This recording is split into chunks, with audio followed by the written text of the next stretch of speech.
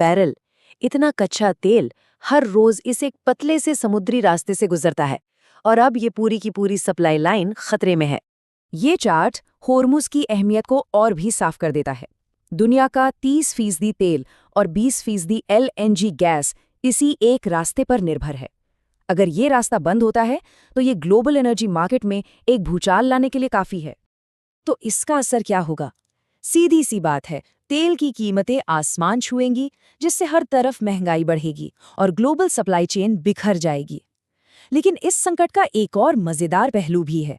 कुछ अमेरिकी तेल कंपनियों को इससे सीधा फायदा हो सकता है, क्योंकि दुनिया में तेल की कमी होगी तो वो अपने भंडार को बढ़ी हुई कीमतों पर बेच पाएंगी। देखिए, ये लड़ाई सिर्फ समुद्र में जहाज़ों और मिसाइलों की नहीं है, ये एक और मोर्चे पर लड़ी जा रही है, और वो है नैरेटिव की लड़ाई, यानी दुनिया की राय अपने पक्ष में करने की। देखते हैं कि दोनों देश अपनी अपनी कहानी कैसे सुना रहे हैं। अमेरिका दुनिया को बता रहा है कि हम तो ग्लोबल ट्रेड के रक्षक हैं, और ईरान एक खतरनाक देश है जो परमाणु बम के लिए पूरी दुनिया को बंधक बना रहा है। वहीं ईरान कह रहा है कि हम तो सिर्फ अपना बचाव कर रहे हैं, ये हमारी संप्रभुता पर हमले का जवाब है। तो ये शब्दों और विचारों की एक असली जंग चल रही है। इस मामले में अमेरिका ने चीन को भी नहीं बख्शा है। खुफिया रिपोर्टों को हवाला देते हुए अमेरिका का आरोप है कि चीन ईरान को HQ-9B जैसे मिसाइल सिस्टम दे रहा है।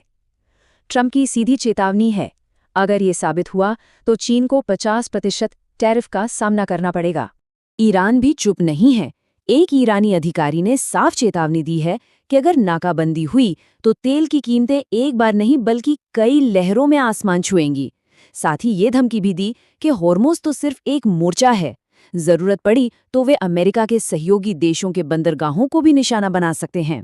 तो अगर इस पूरी कहानी को संक्षेप में देखें तो ईरान ने तोल लगाया, इस्लामाबाद में बातचीत फेल हुई, अमेरिका ने जवाबी नाकाबंदी कर दी, और अब दोनों तरफ की सेनाएं और ड्रोन एक दूसरे पर नजर गड़ाए हुए हैं।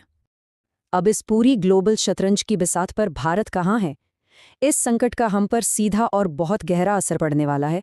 चलिए देखते हैं कैसे। क्योंकि भारत अपनी ज़रूरत का ज़्यादातर तेल बाहर से मंगाता है, इसलिए हमारे लिए ये खतरे की घंटी है। कच्चा तेल महंगा होने का सीधा मतलब है पेट्रोल डीजल की बढ़ती कीमतें और उससे बढ़ने वाली महंगाई। इसके अलावा चालू खाता घाटा बढ़ेगा, डॉलर के मुकाबले रुपया कमज़ोर होगा और शेयर बाजार पर भी दबाव बनेगा।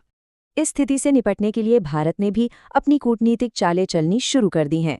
भारत के विदेश मंत्री ने UAE का दौरा किया है, ताकि खाड़ी के सहयोगी देशों के साथ मिलकर इस संकट का कोई हल निकाला जा सके।